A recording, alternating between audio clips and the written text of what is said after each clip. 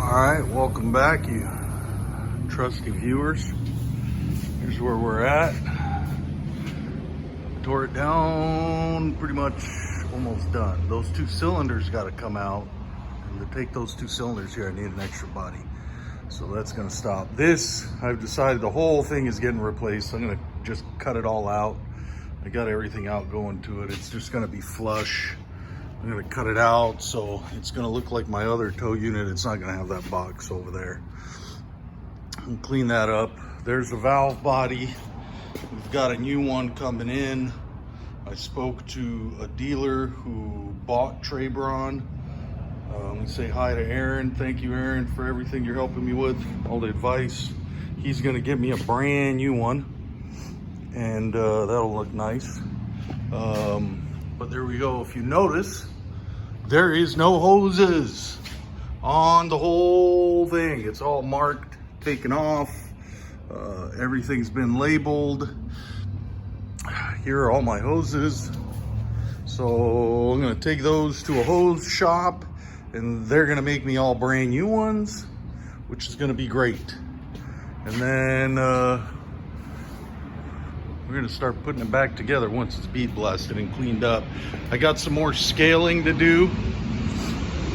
I'm gonna do some more scaling with the needle gun. I gotta get in there, gotta do all that, but I think I'm gonna do that when I take it off. We'll see. I'm gonna go from there. Maybe I'll wait until I take that off, but I've got the support pads all taken off. I got to scale all those. Here's what the underneath of it looks like. That's where all the lighting was. You know, for 30-year-old unit, this is great. I talked to the company owner who built this, and they said it's about a 30-year-old unit. So that gives you an idea how hardcore this is. This is it right here to lift and tow semi-trucks. But there you go. So we're gonna clean all that up over there too. Don't worry, I'll be nice and pretty. And the steel looks excellent. But let me wipe my screen. Hopefully that helps you see better. But notice there's no hoses, and the cylinders are still holding the weight of the boom. If you look under there, there's nothing holding it up. I just got the jack stands and the block there just in case, and the forklift just in case, because I work underneath it. I don't want to kill myself working to death. I don't want this thing falling on me. But there you go. So here it is. She's pretty naked. Yeah, that's all she wrote for it. Now we just got to undo these pins here. We're gonna pull that pin out, push the big pin that holds it in, and push that big one out up top. Same thing, same concept. And then we got to support it. It probably weighs about 150 pounds. The white one that was in the middle, man, I swear that thing was 200 pounds. I could barely lift it by myself and hold it on my shoulders. It was absolutely massive. But all that'll get nice and cleaned up and fancy, and wait until you see it. So, still got to take that cylinder off. I just been waiting. But that's it right here. We still haven't been able to get this peg out. Well, me. I keep saying we, but nobody else has helped me with this.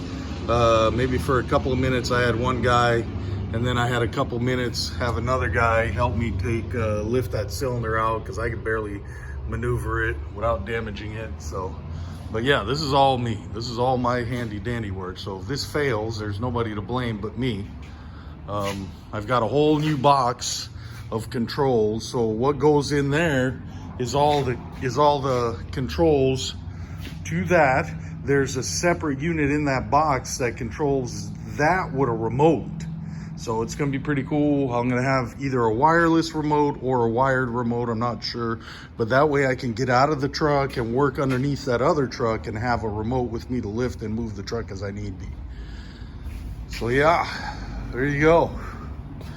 This is it right here, folks. The trebron super slip-on.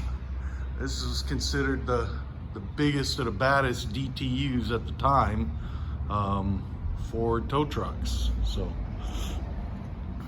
we'll see how it works out. I talked to them, they said it was about 60,000 brand new, and to build one like this right now, you're looking at anywhere from 130 and up, depending on a couple options. But yeah, so hopefully the next time you see it, I'll scale it some more, and I'm probably gonna take off those cylinders. If I could get the forklift over here on this side, then I'll attempt to do it by myself. I'll support that bar and take out the cylinders by myself if I get the forklift over here. If not, then I'm just gonna have to wait for somebody to get over here. But so there you go. Now you see how the hydraulic cylinders are still not releasing, even though there's no hoses in them. There's still fluid inside of those. So keep that in mind. But okay, I'll keep you posted. And the trebron rebuild train moves on. Choo choo.